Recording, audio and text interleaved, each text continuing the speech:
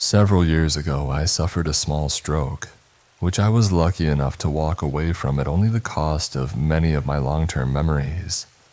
It fragmented that part of my brain to the point that I had to relearn much of my teenage and early adult life from photos and exposing myself to those people and places again. Sometimes my memories are spans of imagination to bridge the gaps. I remember my family in patches up to my teenage years, and not much between my second year of high school and my mid-20s, with gradually more detail as I reached my 30s, up to my 40s where I have no problems. Sometimes it feels like I never saw the first few seasons of the television show in which I'm the star. People just pop in like they were always there. It is often frustrating, and it doesn't help that my experience makes me more prone to spikes of anger. I don't live where I spent those dead patches of my life, so there are literally hundreds of people from that time who exist as either ghosts, abstract feelings, or not at all. I visit my hometown every so often to put flowers on my parents' graves and try to remember when and how they died. I keep in touch with my estranged sister, whose memories of family are tainted by her bad experiences and resentment toward our parents. My only window into that world is through my younger sister, who I wouldn't keep up with if not for our shared family. She lives in my old hometown, and our age difference is such that we knew many of the same people. Most of those people have moved away, but some planted roots less than a mile from where they grew up. For some reason, those are the people I know best through talking to them, even though they probably played little or no role in my real life. People will approach me every so often, both there and in my own adopted city, and I'll have no idea who they are. People sometimes get mad at me for insulting them that way. I've had ex-girlfriends slap me and close buds walk off angry because they don't understand my situation. Some think it's a joke. Sometimes it's sad, but other times it can be downright scary. I was sitting in a pizza joint in the business district of Trenton-Delphia, working on something among the lunchtime crowd, when someone sat down in the empty chair opposite me. I looked up from my work and automatically began the process of threat assessment and identification. For me, it has become a practice. Usually it's someone I know and I'll act like most people. If I don't immediately recognize the face but they seem to know me, I will try to place them in my patchwork brain somehow. This was someone I didn't know but might have seen many times. Older, in his 50s, a stocky guy, grinning with confidence, leaning on his elbows, and leaning forward, indicating he was acquainted with me. The eyes are familiar. My brain traces that to a feeling of unease. He's not ugly, but his gaze is severe. He wears a suit like it's a costume because his posture isn't right for the cut of the blazer. That smile is not entirely pleasant, except that he's trying to make it seem so. This process took me about 3 seconds, which is just long enough to seem like an awkward pause, because he says nothing at first. He just waits for what I guess is an automatic reaction. Now, I'm in a pre-COVID crowd, pressed in close enough to smell the entire menu and overhear a dozen life stories and woes if I had the want to do so. So I'm not feeling threatened, but uneasy. After a few more seconds, I actively stop blinking to see how long it will be before we start this conversation. He breaks and goes first. "You don't recognize me, do you, Jimmy?" His smile broadens, and I can't help but admire an expensive set of teeth that I think might be more appropriate inside the head of a mule. The skin over his forehead wrinkles, carrying 2 plucked eyebrows along the slope. This helps because nicknames are great context clues. My parents called me James. My colleagues and current friends call me Jim. My sister calls me Jimbo Dumbo because she's a jerk. Only people from back home in that gray zone of time called me Jimmy, My brain keeps working. My face neutral, I replied with the usual. Sorry, no, I have a bad memory for faces. That smile is trying to split his lips off his face. His eyes narrow severely and they glisten with tears pressing out between the lids. He blushes hard like I'd slapped him. It's honestly creepy, but it proves my memory of this guy is accurate. I didn't think so, Jimmy. This is you now, huh? Not sure what to say to that. He's starting to hold himself together, putting pressure on his elbows, and bringing himself across the center of the table with his bullet-topped crazy person face nearing the edge of my laptop screen. That flimsy barrier gives me a little comfort, but not much. This is me now. I'm in a suit, minus the jacket I left in my car. I'm 30 years, 50 pounds, and a lifetime of experiences beyond whatever he's thinking of as then. But seeing how he's wearing a suit that he probably digs out only for job interviews, weddings, and court appearances, looking like he's either seething or suffering from impacted bowel, I could easily dismiss the air of contempt in his statement. I am me as I always was, I guess. This was the best I could do while my brain worked to give me something to work with. He says, I didn't think I'd ever run into you again, Jimmy. I bet you hoped I never would. I thought, asshole, I just told you I don't recognize you. Practice this in a mirror, did ya? His face is not in my nightmares. He's not one of the dozens of images I only see in lucid dreams that mix fantasy with fractured memories, usually about bad people or events, breakups, losing my parents, or beatings I suffered in school from students at the local clown college. But he's not from there. I heard you got sick. Did you have a breakdown or something? I said what I was thinking. Clearly, you're not an old friend. What do you want? His face suddenly went slack. His cheeks fell and his brow unraveled. The eyes, still narrow, softened as he considered my response. I can't even tell if you're messing with me, he said in a low grumble. He sat back and planted his palms on the table, eyes scanning the dusty rafters of the pizza place, lost in thought. It was the way his right pinky bent against the tabletop that unlocked something in my head. It was bent at an odd angle. The ring finger was weird too. They had been broken a long time ago and not properly set. It was that and the phantom pain in my cheek and neck that connected the threads in my head, but not enough to give me a name or a place or a time. I just knew he was dangerous.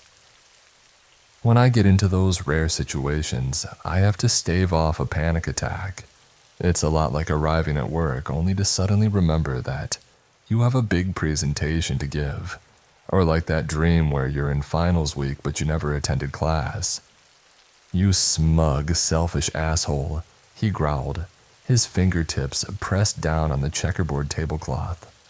If I saw you anywhere else, on the street, in an alley back home, maybe behind the school, I would end you. The last part drew out some ancient hatred that broke through the practiced facade he'd probably perfected in front of a mirror for many years. There was something evil but honest on his face, reflecting a truth in his heart about me. In front of me was a mystery from the dead space of my past. My face burned, and I held my hands behind my monitor when they started to tremble. Something about this guy's face displayed all the bad men in my life that I'd forgotten, hidden dangers among the enemies I may have made and forgotten. It felt like I had slipped into the skin of some kid who died at 23. While that kid may have met this guy and clearly didn't hit it off with him, the current occupant of this skin had literally never met him before. Under less hostile circumstances, I would have tried to explain that my memory gaps were not a choice. I seem to remember a Thanos snap of memories from certain times in my life. I only know that certain people existed in those gaps because my sense of object permanence suggests they came to me from somewhere.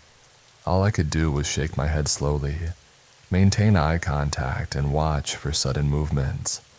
Aware that others were tuning into our intimate reunion, the man worked to pack all his anger back into himself.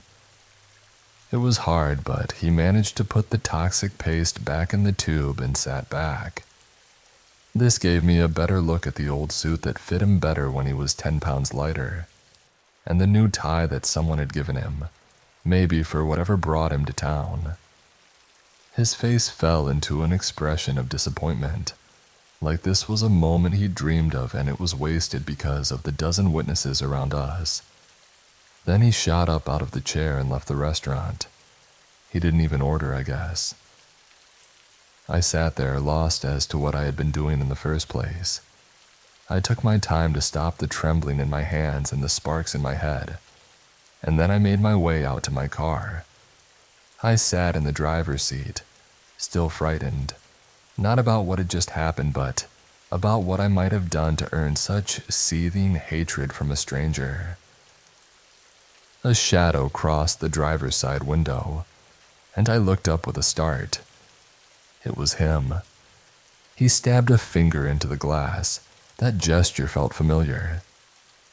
"Don't you ever show your face back home, jackass. I'll smack the fat right off your face, you hear me?"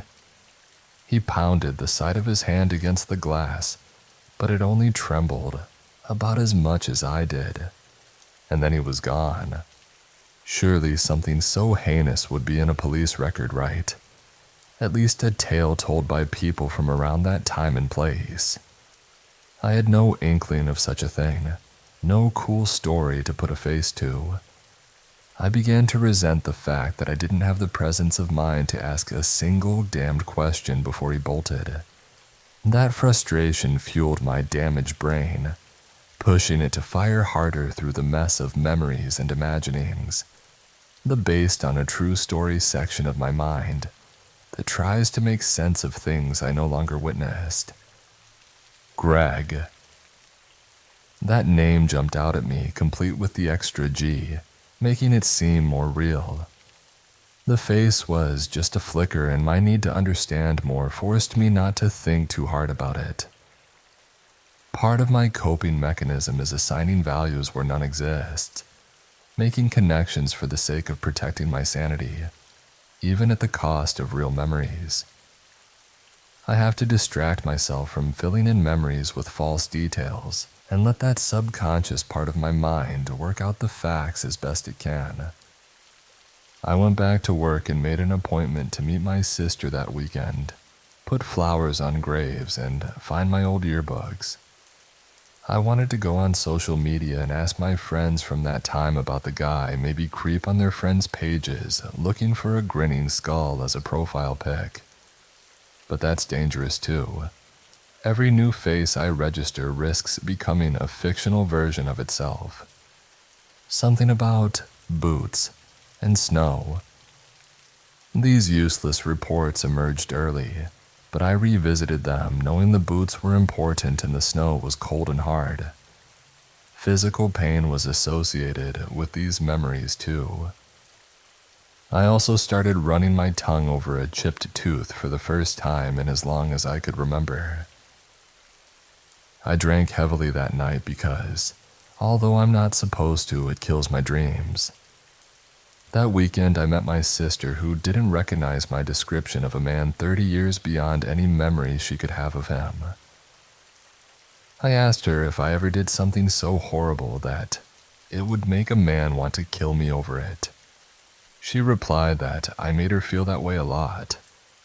Then she asked me to borrow $50.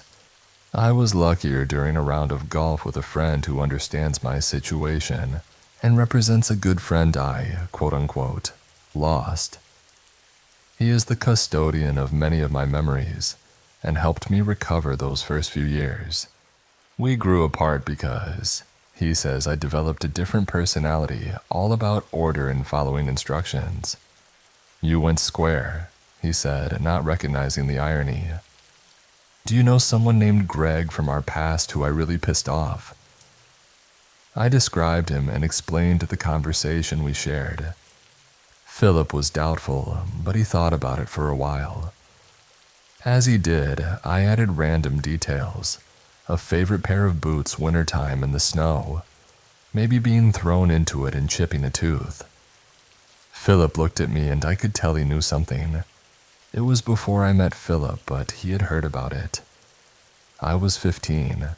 I got into a fight with some kid named Greg, who had just transferred into the school. He was, as Philip put it, a dick.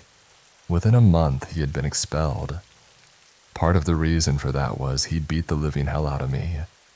It wasn't important to Philip, so my old story about getting beat up on the walk home through heavy snow wasn't a big memory for him. But he remembered the part about the boots. It was winter. Greg had old sneakers and a long walk home. He walked with an older kid, a dropout called Clyde, whom everyone in the neighborhood hated. Clyde and Greg were kindred spirits in their life-hating rebellion and love of violence. When Philip told me Greg beat me up for my boots and maybe left me to walk home in wet, cold socks, it didn't jog a memory, but it made sense. We continued playing golf, and I lost 6 balls before I gave up on the 15th hole. Soon after I got back to my motel, Greg Kowinski had a name and a face. Google filled me in on the rest. I wouldn't know about the boot story until much later, but Greg Kowinski was a convicted felon. He was also on the sex offender registry. I was, if not the first domino to fall in his life, the one that ensured they would keep falling steadily. Soon after he was expelled from school, Greg met up with other troubled kids, including Clyde, and began selling drugs. He moved into trafficking and worked in a warehouse that packaged and delivered large quantities. Along the way, he pursued his favorite pastime of meeting, using, and abusing young women. He went to jail for beating a woman at a bar. He dated another woman and went to prison for a sex act with her underage daughter. With doors closing behind him, Greg created an enemies list of all the people who wronged him. I know this because it was used as evidence to put him in prison again for stalking an ex-girlfriend. How he was back on the streets and what brought him to Trentsadelphia remains a mystery, but I'm pretty sure I was, or still am, on his list. One of his many victims who walked home half a mile through snow in thermal socks, and whose parents had Greg arrested for it. He knows where I live. I know this because he sent me a message on Facebook, which was sequestered because he isn't a friend or connected to me in any way.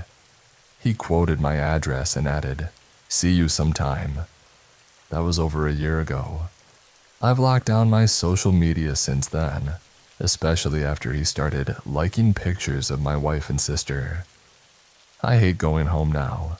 I hate going to the old haunts, even the ones in public, because I don't want to see his face. I'm at a point where the gap in knowledge is narrowed, and seeing him again might fill in all the details of that beatdown. Somehow I think remembering it frightens me more than the risk of anything he might try to do to me.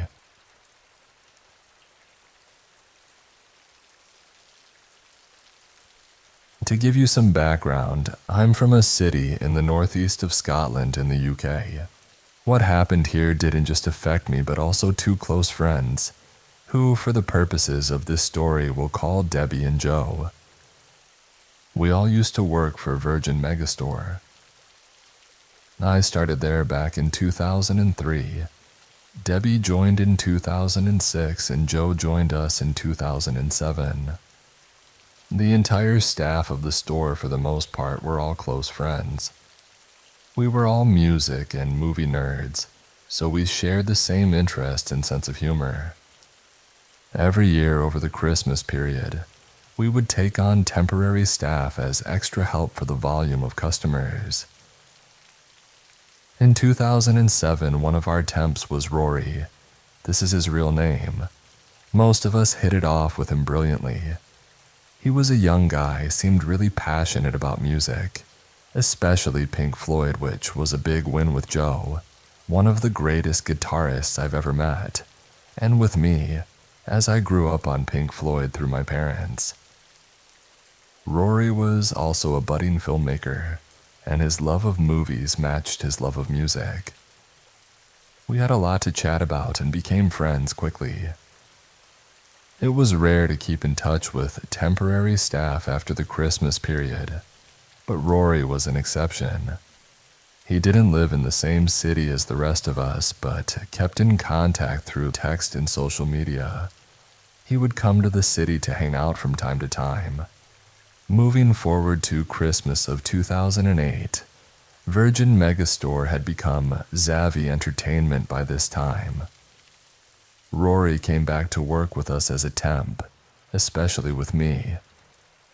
I ran the stock room in the store, which was the busiest place during Christmas, and I'd had bad luck with temps who didn't work hard. So I was happy to get someone I knew would work hard and who I could have banter with. He could be a bit annoying trying to force different live versions of the same Pink Floyd song he'd found on the internet. Don't get me wrong, I love Pink Floyd, but I also love a lot of other music. Nevertheless, I figured he's young, he's passionate, but he's cool.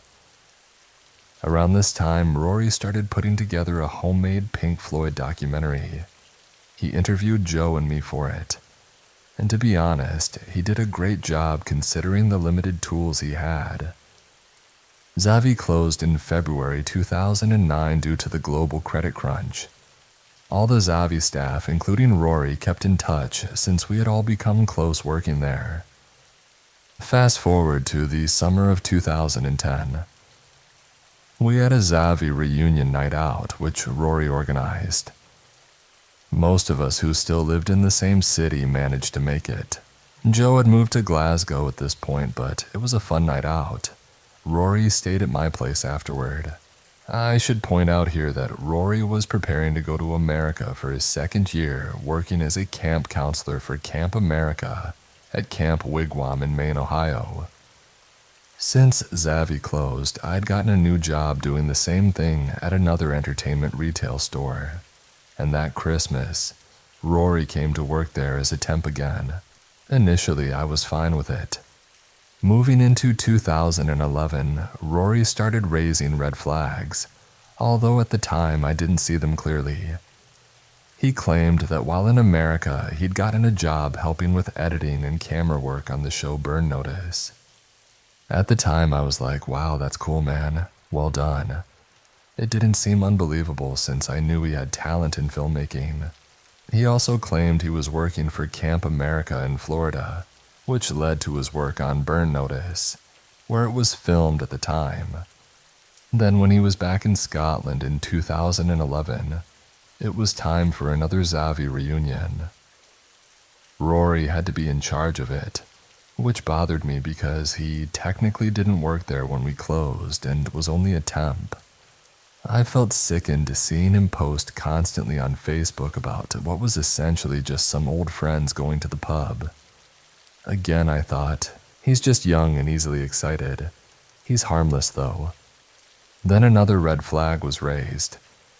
Rory and another friend who shared an interest in filmmaking talked about doing a film in the city. They spent the whole day looking for locations, and afterward, when I spoke to Rory, he was like, yeah, we're gonna do this and that, making it sound like they had some exciting ideas. But when I spoke to my other friend about it, he told me, all Rory did for the whole day was ask me about my favorite directors. It was a complete waste of time. I thought, he's young and excitable and has a tendency to exaggerate, but he's harmless. In 2012, Debbie, who I mentioned at the start of the story, became a closer figure in Rory's life.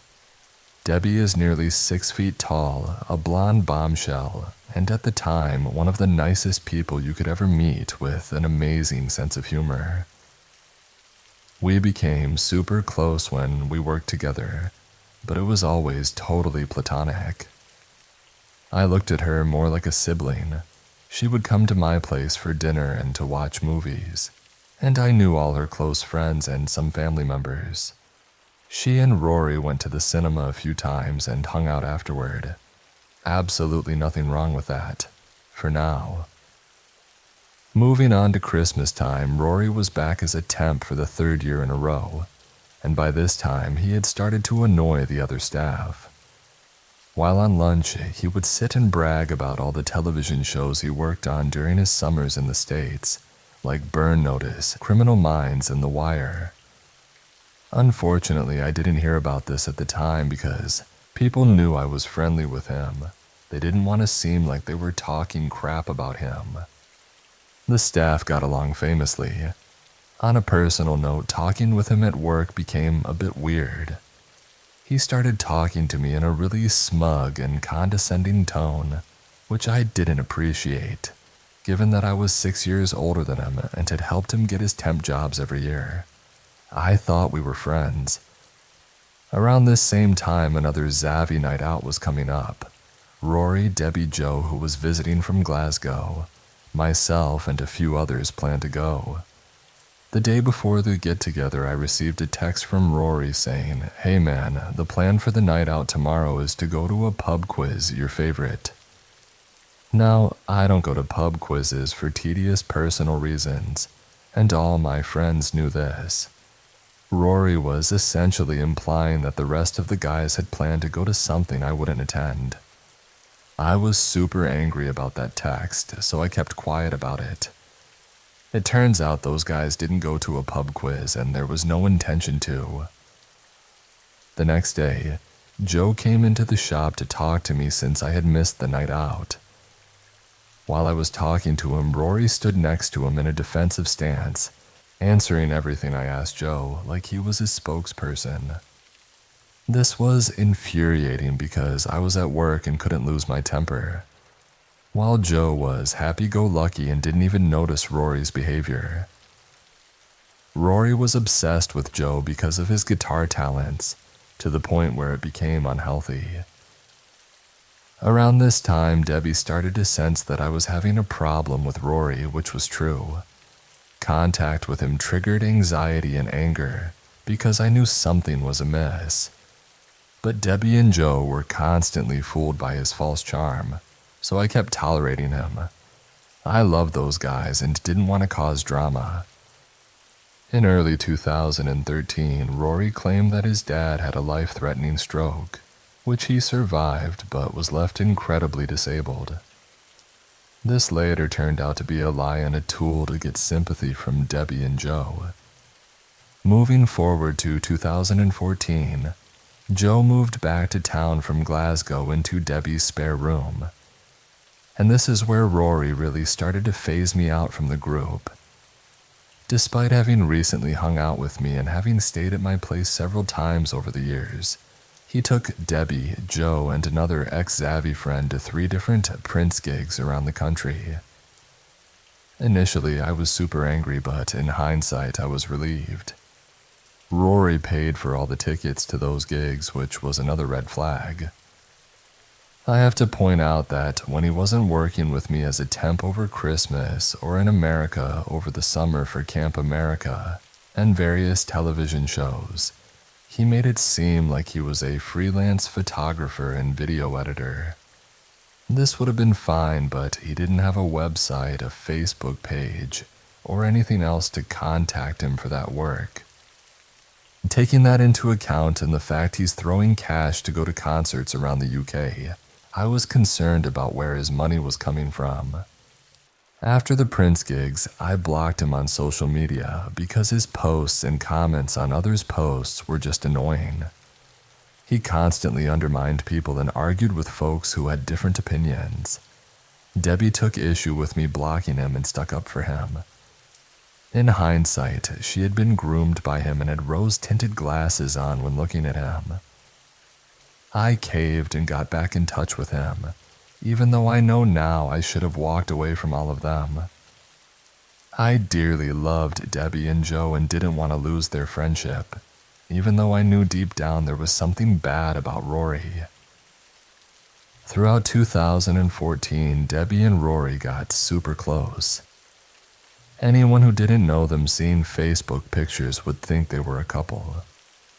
Over the next 2 years, my contact with these guys started to drift. Rory would come to my place for a bit, and then when leaving, he would say, "I'm away up to Darling Debbie's. I would invite you, but you're not one of the 3 amigos." A lot of the time, it turned out he wasn't actually going to her place. He even came to my place to stay the night once, claiming he needed to catch a flight to the States in the morning for a video editing job. Then it turned out he was just going back to the village where he lived, to his mom's house. Eventually, I walked away quietly. I took Debbie, Joe, and Rory off my news feed and hid any Facebook posts I made from them. I figured if I saw any of them in the street, I would be polite and just get away as soon as possible. I started to investigate Rory's claims about his time in America. I relayed them to a friend and his flatmate, who had lived in America for a long time. They both told me, "There's no way he could be doing all that stuff," which ended up being true. If you go to America to work for Camp America, that's all you're allowed to do. With a bit of research, I found the camp Rory actually worked at, proving he never did Camp America work in Florida. During this time, I had friends who still followed him on Facebook out of intrigue. They would ask me, "Where is his money coming from?" Rory was going to stadium and arena concerts in the UK at least once a week. Some of these gigs cost as much as £200 a ticket, not to mention travel costs and accommodation. I knew something was up. I knew he wasn't involved in drugs. He claimed he made money from YouTube, but his channel barely had any subscriptions, and all his videos were of copyrighted material, so there was no way he was making money that way. I wondered if he was making money from editing and avoiding paying taxes. That was the only thing I could think of. Believe me, if I could have afforded a private detective to investigate this guy, I would have.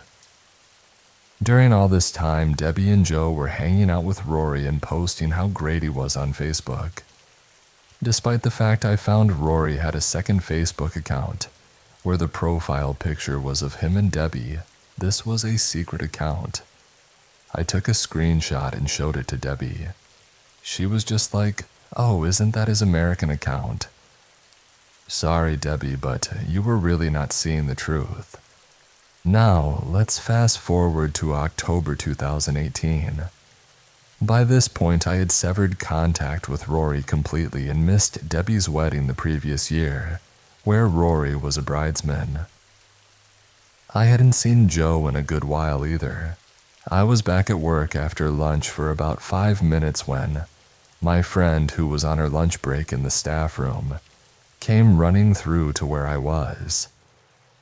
"Hey, have you heard Rory was in court?" This in itself was initially shocking. I thought, was it for tax evasion or copyright infringement? "No," she said, "for making videos of little kids." Between January and November 2017, he had been pretending to be a girl online, using YouTube and Omegle to groom young boys. Once I was told what he had done, I was in an adrenaline-fueled rage for the next 17 hours. Just so angry that I had been right about him being a bad guy. I just couldn't prove it. I knew my friends had been duped, not to mention all those poor kids that got abused by him. As for his expendable income, I really think he was selling the videos he was making on the dark web for Bitcoin profit. He was the first person ever to mention the darknet to me, but in a way of like, oh, never go to the darknet. He pled guilty and got 3 years and 9 months, along with a 5-year sexual harm prevention order, and will be on the sex offenders registry for the rest of his life. I'm still in touch with Joe, although he's a super busy guy these days. Unfortunately, I'm no longer in touch with Debbie. I know she was mortified by the revelations, but she's married and happy, so I'm just glad she saw the truth eventually, even though it took something so heinous to do so.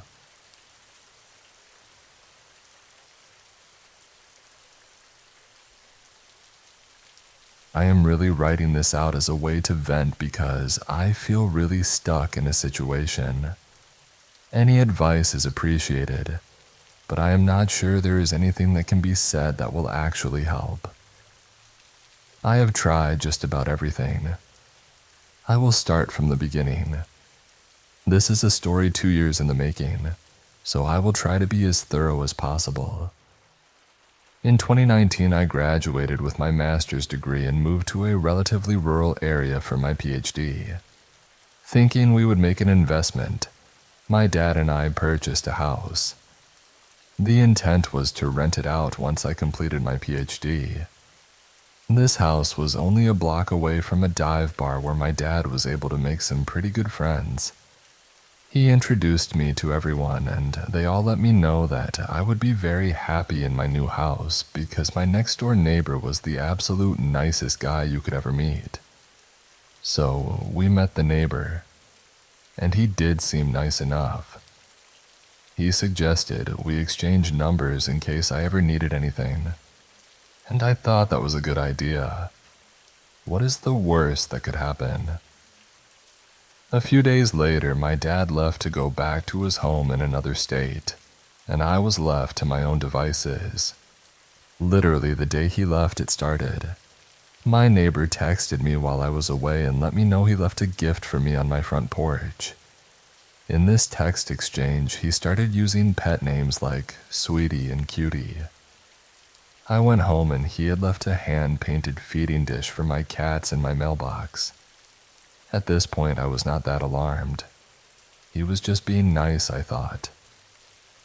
The next day, he sent me more texts with pet names, and I took the opportunity to make sure he knew I was not interested in anything romantic.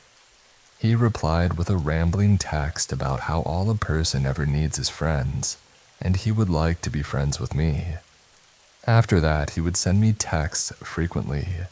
Everything from inviting me fishing to telling me he left more gifts on my porch. I would often not reply, or I would tell him I was busy. I did not want to be rude, but I also had no interest in any sort of relationship with him other than neighborly. One night, I got a text from the manager of the bar down the street, letting me know that if my neighbor knocked on my door, I should not answer. She then told me that my neighbor had walked down to the bar with a hatchet and told the bartender he was hearing voices that got louder as he got closer to the bar. He threatened to kill someone with the hatchet if the voices didn't stop. And they called the police, who took the hatchet from him but made no arrest.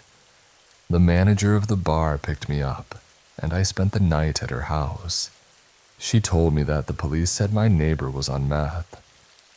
After that, I tried to keep my distance even more, but things got even weirder. One day, I went out to my car to find a dead squirrel in my driveway. This squirrel had clearly been run over and moved right in front of my driver's side door. I just stepped over it, got in my car, and left. When I returned home, the squirrel was gone. Shortly after, I received a text from my neighbor that said, "Someone or something put a dead squirrel in your driveway. Don't worry, I moved it for you." I felt like this was a weird way to word this, and I suspected he was the one who put the squirrel in my driveway. Another time, I walked out of my house to see he had placed an unspent shotgun shell on the bricks in his front yard. He came out and told me that it was to serve as a warning for anyone walking between our houses. For the next couple of months, I did my best to avoid him. He would text me inviting me over, and I would come up with an excuse or just ignore him completely. I wanted to remain cordial since he was my neighbor, but it was getting very annoying and I was uncomfortable. He would text me as soon as I got home, telling me that he was watching me come and go from my house. Around Halloween, he handcrafted a large casket and wrote, "Here lies the last son of a bitch who played mind games. November 2012. What the hell?" All this time he was still sending me texts. Eventually I got fed up and stopped responding completely. Less than 2 weeks after I stopped responding, He threw a 50-pound flower pot at my front door. You know those big concrete planters? Yeah, one of those. I called the police, who advised me to get a stalking, no-contact order. A few days later, I was watching TV when a notification popped up that my neighbor was trying to cast a video to my screen. I declined it twice. I filed another report with the police.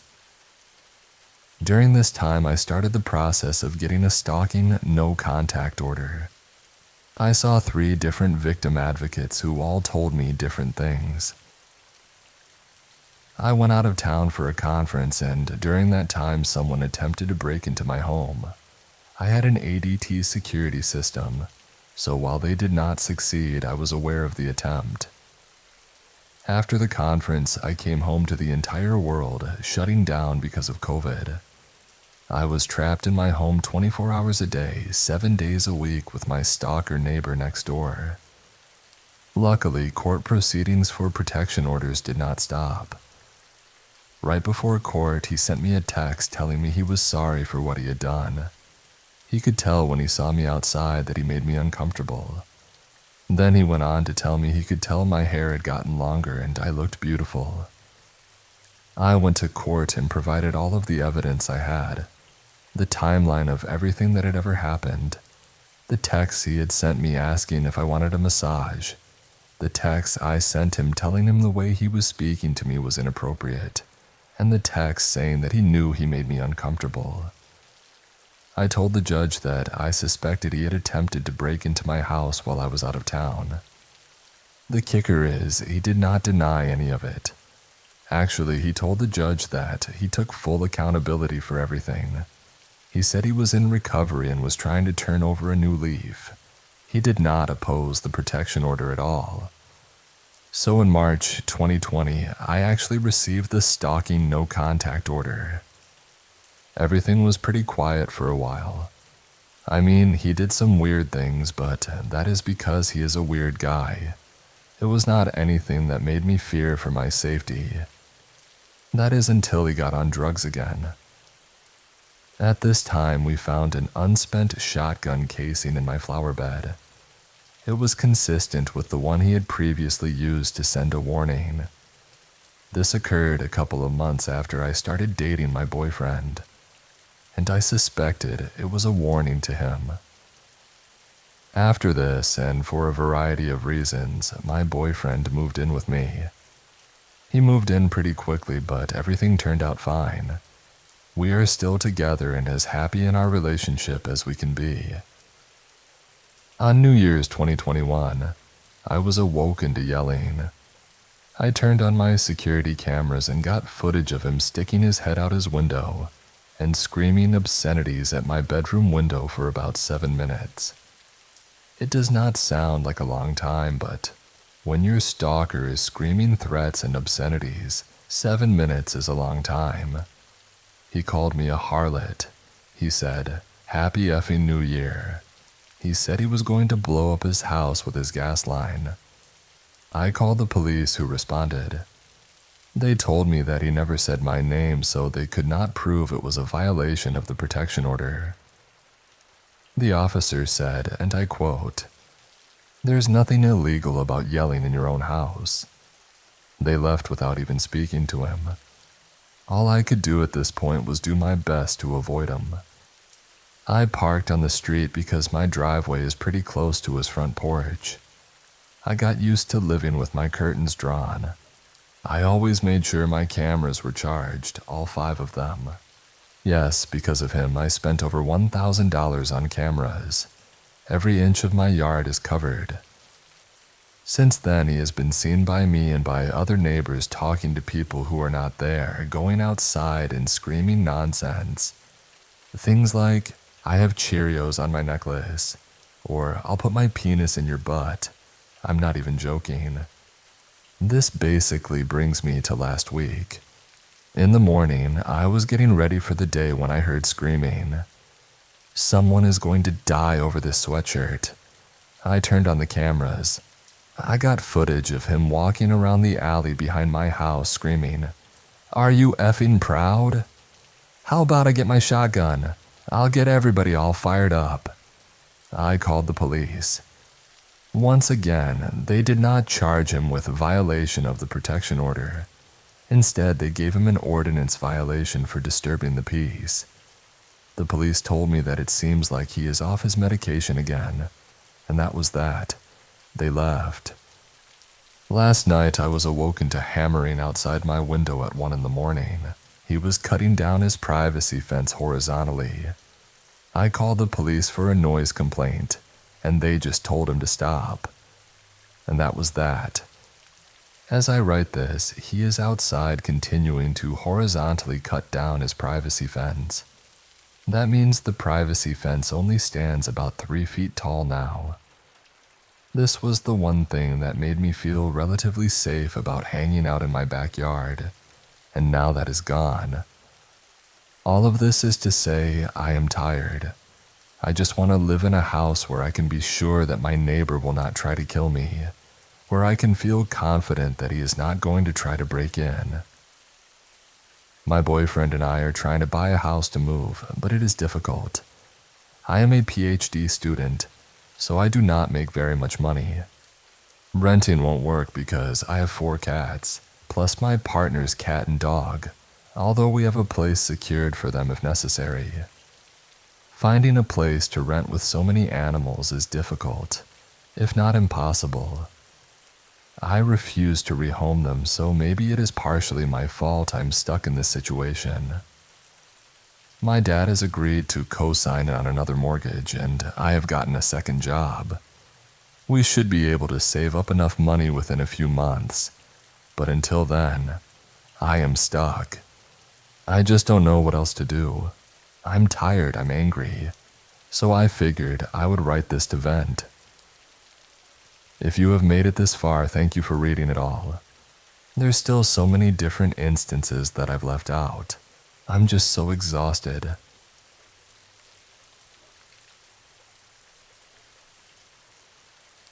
I posted here before about one of my creepy encounters with men and received some good feedback, so I thought I would share another experience after it came up in conversation today.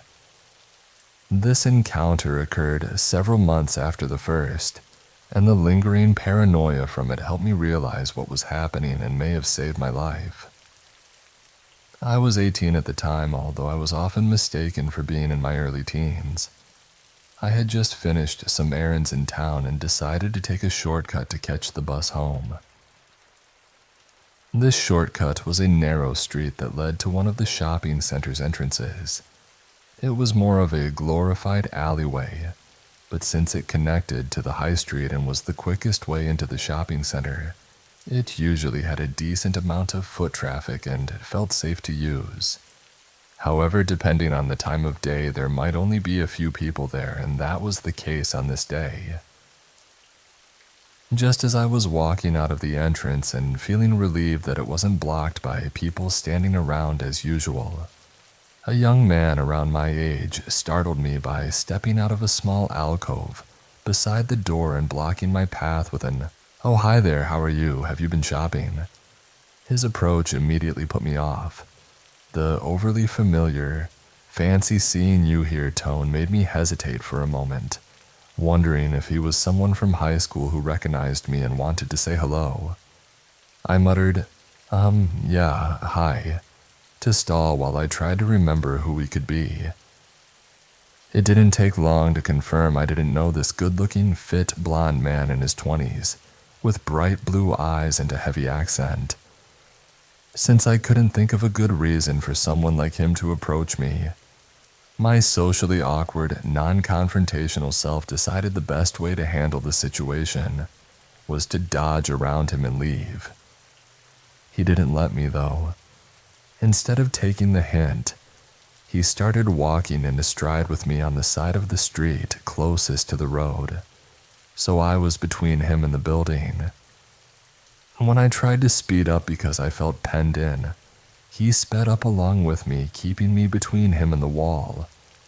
As unsettling as that already was, he began asking questions that seemed innocent, but all centered around where I was headed and if anyone would be waiting for me there, He asked, "Where are you going now? Have you not finished your shopping? Are you meeting your friends? Maybe I could come with you. Or are you meeting your family instead? Do you have a boyfriend? Is he who you're meeting? Are you going home? Do you live near here or are you getting a bus?" I had already asked him to leave me alone once and he acted like I hadn't said anything, so I ignored his questions and glanced around, desperately hoping someone else would enter the street with us in case he reacted poorly to being asked a second time. That is why I noticed the second man. He was older, in his late 30s or early 40s, dark hair, a short scruffy beard, and a face that suggested I might need to be cautious. I have no idea where he had come from. My guess is he was hiding in the alcove on the other side of the door from the blonde or further down that side of the street out of sight. But he was now walking in line with us on the opposite side of the road, staring the entire time. I tried not to let either man realize I had seen him while my brain went into overdrive, trying to figure out what their endgame was. Were they going to assault me? Surely they wouldn't risk being caught doing that in broad daylight right outside a shopping center. Maybe they were just going to rob me. But if they wanted to do that, the blonde could have grabbed my bag and run when he had the element of surprise back when he was hiding behind the door. Then I remembered something that made my blood run cold. At the end of the street was an underground parking garage. The entrance opened onto the pavement I was walking on, and I would have to pass it because of how the blonde was penning me in toward the wall. It would take him barely any effort to shove me through it, and the dark-haired man across the street had been toying with something in his pocket. At first, I worried it was a weapon, but what if it was car keys?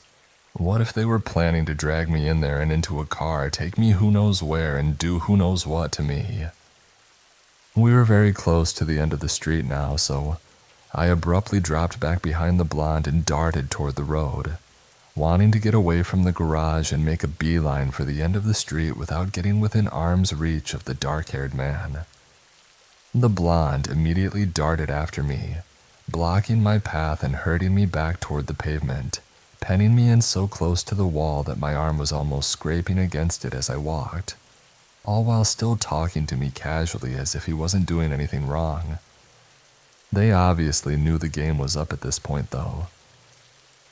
When I glanced over at the dark-haired man to check where he was, he locked eyes with me, laughed, and called out to the blonde in a different language.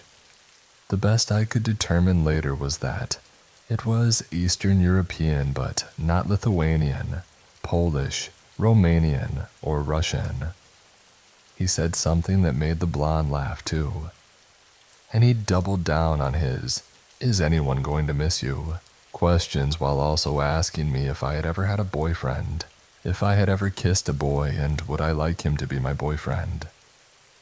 I continued to ignore them and was panicking more as we approached the garage.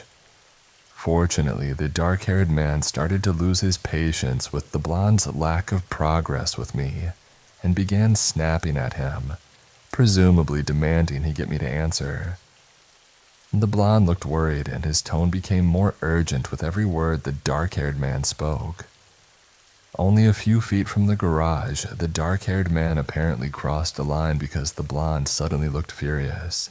He stopped walking, spun around, and started shouting back at him. I immediately took the opportunity to bolt for the end of the street.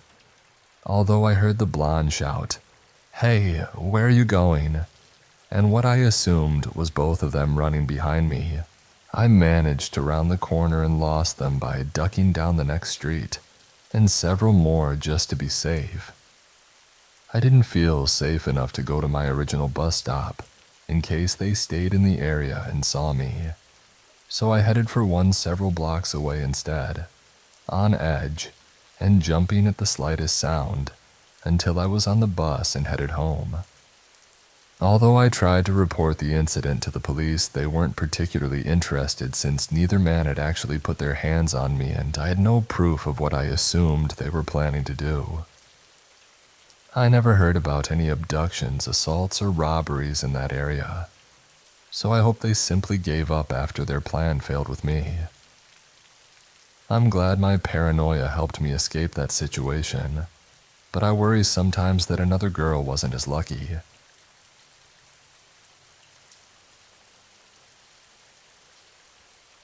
I grew up in a small, predominantly Hispanic town where everyone knew each other's business. Although there were occasional incidents, not much really happened here. I'm overweight, to put it simply, and not really fitting the standards of beauty. I remember reading a meme that joked about how I couldn't be kidnapped because no one could carry me, and I laughed, thinking, so true. Little did I know that mindset would come back to haunt me.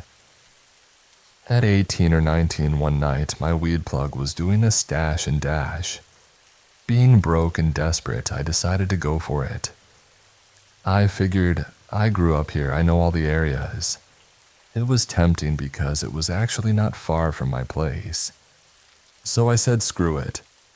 I was on a video call with my boyfriend, letting him know I was heading out. He stayed on the line as I ventured out.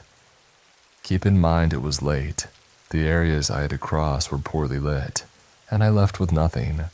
No taser, alarm, or pepper spray that my dad insisted I carry. To make matters worse, I snuck out so my dad wouldn't know I was hunting for weed. So this was already starting out great. I set off and had to cross railroad tracks to get to the main road, which was pitch black, with only the main road lighting up the distance and some lights from a nearby warehouse. As I made my way toward the main road, I noticed a semi-truck parked on the side. Not unusual, as semis parked there all the time since I was little, so I thought nothing of it. Then I heard, "Hola, hey." I looked over and saw a man in the truck. He looked generic, a Hispanic man in a red long-sleeve shirt, but his smile was unsettling. I waved politely. He gestured for me to come over and started speaking in Spanish, but I didn't understand. You might be wondering, why don't you speak Spanish, and why aren't you running? Well, my parents never taught me, and he was far enough away that I thought it best to keep walking. I sheepishly responded, "I don't speak Spanish," in Spanish, and quickly walked away. My boyfriend asked who it was, and I told him it was just some random truck driver. After about 40 minutes of searching, I realized I wasn't going to find anything and started heading home. My phone was dying, which prompted my boyfriend to tell me to go back. I walked down the road, looked toward the dark area where the railroad was, and suddenly felt a bad vibe. Something told me not to go home yet. I told my boyfriend I was going to check the other end of the street toward the warehouse with the lights, passing by some empty trailers partially hidden in the shadows. As I walked into the light, I heard a movement behind me and heard the same, "Hey."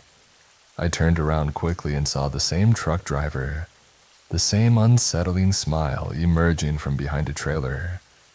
He had his right hand tucked in his pocket, positioning himself in a way that hid whatever he had. He told me to come here and started getting closer. I immediately told my boyfriend to wake up his dad and come get me. I backed away quickly, trying to think. The driver saw me on the phone and suddenly had an annoyed look on his face. He stopped and began hiding behind the trailers. I took off down the road, urging my boyfriend to have his dad come get me. I didn't want to call my dad, fearing I'd get caught sneaking out. I ran across the main road to a mini-mart and hid behind an ice machine. I told my boyfriend I needed to call someone and hung up, dialing my friend who was thankfully out with his girlfriend. I told him I was in danger and needed him to come get me. While I waited, I saw the semi pull up. The driver looked around for me and shook his head in disappointment before driving off. I didn't feel safe until my friend arrived. When he got out of the car, I hugged him and started crying. His girlfriend and he calmed me down and took me home. I got a lecture from my boyfriend, but I'd rather hear that than anything worse. I was lucky. Way too lucky. The false sense of security my weight and looks had given me shattered that night. I'm grateful that I had my boyfriend on the phone with me. Otherwise, who knows what could have happened. So, semi-truck driver, let's not meet again. I never want to see that smile ever again.